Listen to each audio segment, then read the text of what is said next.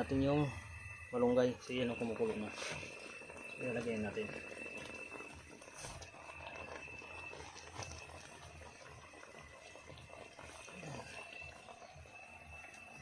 Okay, takpan muna natin mga idol.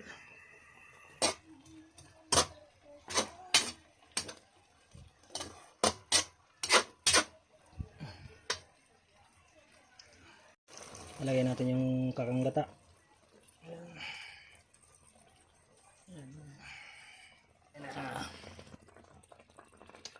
Niluto lang natin yung yung gata mga idol. Ayan.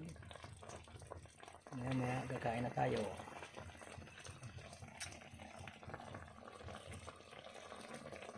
Sarap na naman ang ulam natin mga idol.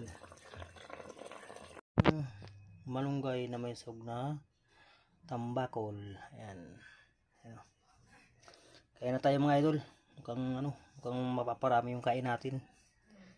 Mukhang mapapa-unrice tayo ngayon mga idol. Dahil paborito ko yung ulam na yan. So tara idol, makain-kain natin mga idol. Maraming salamat sa panonood.